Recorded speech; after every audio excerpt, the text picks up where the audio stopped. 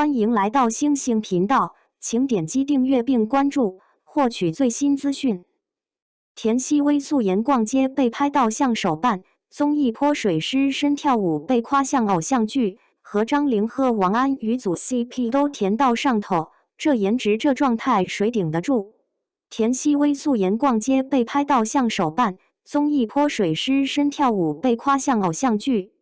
和张凌和王安宇组 CP 都甜到上头，这颜值这状态谁顶得住？7月2日，田曦薇在首尔圣水洞逛街被粉丝偶遇，格子衫、素颜，没化妆。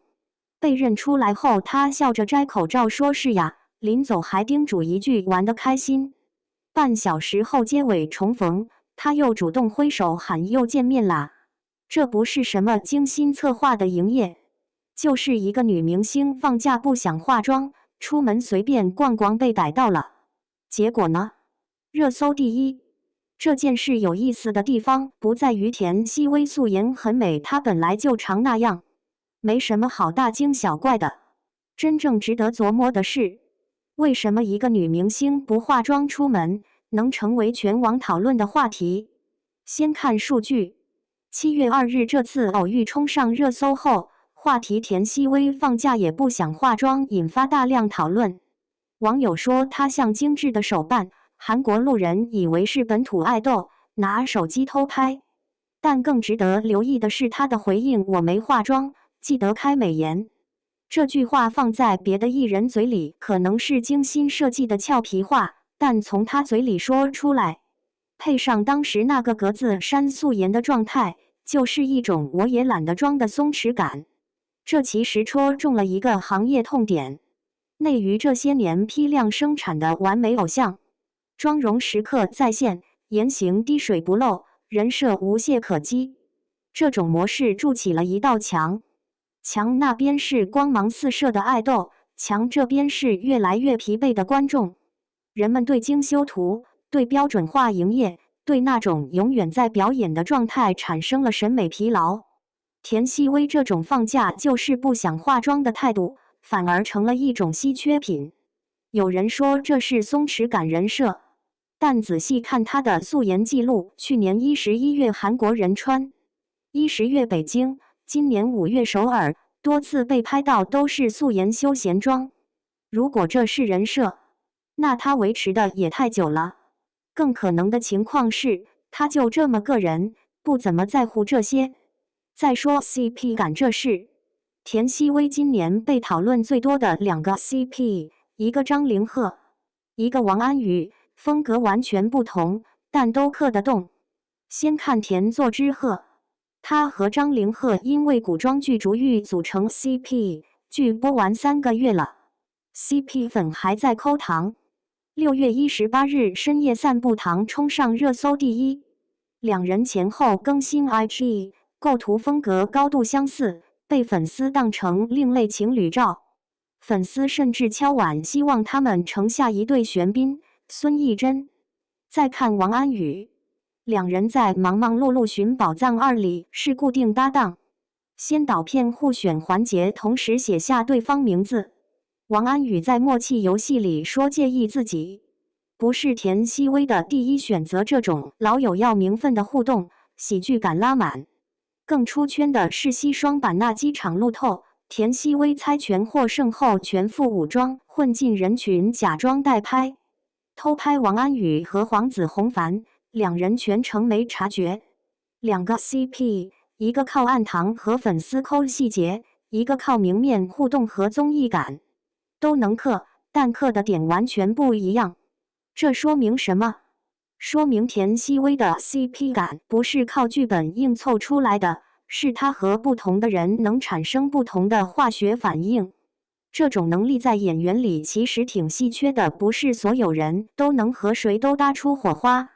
有一个细节值得注意，田曦薇和王安宇在节目里的互动，被网友形容为像婚礼现场的誓言交换，甜的毫不刻意，却又刚好击中人心。这种评价背后的潜台词是，观众已经厌倦了工业糖精，那些按剧本走、按流程发的糖，观众一眼就能看出来。而田曦薇和王安宇这种松弛温柔真实，不用刻意做效果的互动，反而成了清流。忙忙碌碌寻宝藏2第1季是个人战模式，嘉宾各自为战。第2季改成双人组队，田曦薇和王安宇作为原班人马回归，既是固定搭档，又是轮换对象。这种赛制变化本身就是在放大嘉宾之间的化学反应。节目组显然知道观众想看什么，不是看明星单打独斗，是看他们怎么和人相处，怎么产生真实的互动。7月15日西双版纳寻宝藏傣迪嘉年华，田曦薇前一秒还是浅绿傣裙配，精致盘发的傣族小公主，后一秒进入泼水环节，直接卸下所有包袱。别人录综艺泼水是偶像包袱大赏，下意识护着妆造，小心翼翼怕弄湿头发。田曦薇倒好，亮着黄色防晒外套，穿着墨绿短裤，在水花里狂奔，被浇成落汤鸡照样笑盈盈。误伤同伴还会乖乖道歉，主打一个有仇当场报，礼貌不能丢。这套路透24小时话题阅读破3亿，网友给她封了傣族小公主。有人说别人穿傣装是景区打卡的游客感，她穿像是寨子里土生土长的傣家姑娘。还有人说的更直接，路透画质都糊成马赛克了，还是能看出来脸有多能打。但真正让这条热搜立住的不是脸，是状态，被水泼得浑身湿透。换做旁人可能已经狼狈了。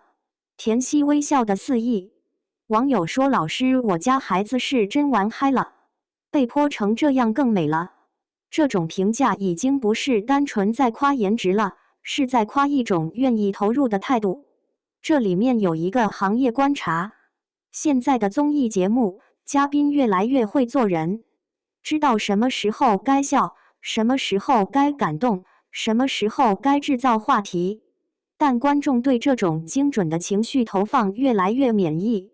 田曦薇在泼水环节的表现之所以被广泛传播，恰恰因为她没有在表演快乐，她是真的玩嗨了。那种被水泼了一身还笑盈盈的状态，装不出来。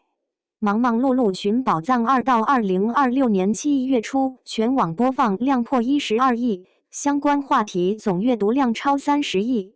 这个数据放在综艺市场里不算顶流，但考虑到这是一档户外寻宝节目，不是恋爱综艺，也不是选秀，能有这个量级说明一件事：观众对真实互动的需求一直在，只是好内容太少。最后说一个容易被忽略的点：6月20日，田曦薇凭竹玉凡常玉一角入围亚洲内容大赏视后，同时以清票后706.79万票断层拿下最佳人气奖。投票窗口开了19天，覆盖亚洲14个国家和地区，近2000万有效票参与。她是唯一入围该奖项的中国内地女演员。获奖发言时英语打招呼，中文致谢，韩语告白，3语切换。这个时间点很有意思。6月20日拿奖，7月2日素颜逛街上热搜，7月14日傣装造型刷屏，7月15日泼水狂欢。不到1个月，4波热度，覆盖颜值、奖项、综艺、CP 4个完全不同的话题域。